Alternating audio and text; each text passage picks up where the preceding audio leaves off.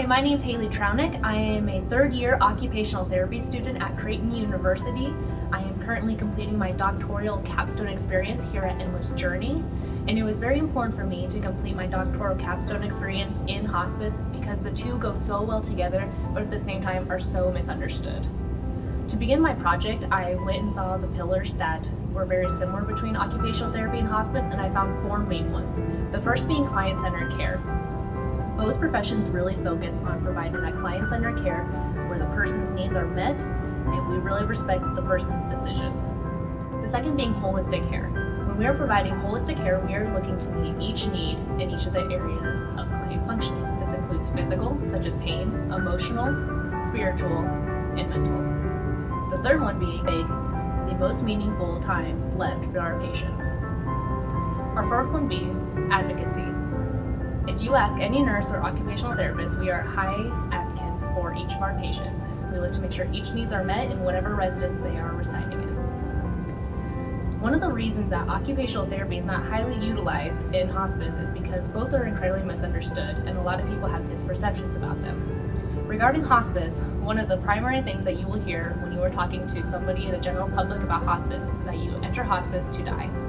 I would argue that that is exactly the opposite of hospice. In fact, you go on hospice to live. You live to make the most out of your time left as comfortable as possible, which I believe any person would want to do with their life. Regarding occupational therapy in hospice, when you're learning about occupational therapy, you think of occupational therapists working in hospitals and skilled nursing facilities, primarily functioning from that rehabilitation center. The goal of occupational therapy is to make life as meaningful as possible, enabling a person to complete activities that they want and need to do, despite the presence of an illness, an injury, or living with a disability. However, when you're in hospice, you are expecting that functional decline. Occupational therapists in hospice look to meet the challenge of that decline in functioning with the environment, the task, or the person. When we're thinking about this, some common interventions are going to be home safety evaluations to make sure that the client is living where they want to live. Most people do desire to go home and spend the end of life at home. We also do positioning to enhance function. We do adaptive equipment such as wheelchairs, walkers, or adaptive equipment to eat. Really anything you can think of, an occupational therapist probably has some kind of equipment that they can think of or make in order to make your life easier. We do fall risk assessments. We also try to find ways that we can help you live out the meaningful roles that you have desire to live. One of the prime examples I can think of is somebody who is a grandparent and they want to continue to be a grandparent to their grandchildren. However, if they have pain, fatigue, we can give them pain management, such as myofascial release or manual therapy, along with some medication.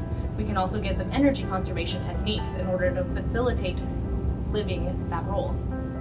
I would like to take this moment also to thank Endless Journey for providing me with such a wonderful and unique opportunity in order to promote occupational therapy in the field of hospice, as well as providing advocacy and education. Endless Journey also has an occupational therapy on staff in order to provide any of the interventions I provided before and/or provide that education and advocacy. Thank you for listening, and please subscribe to our channel.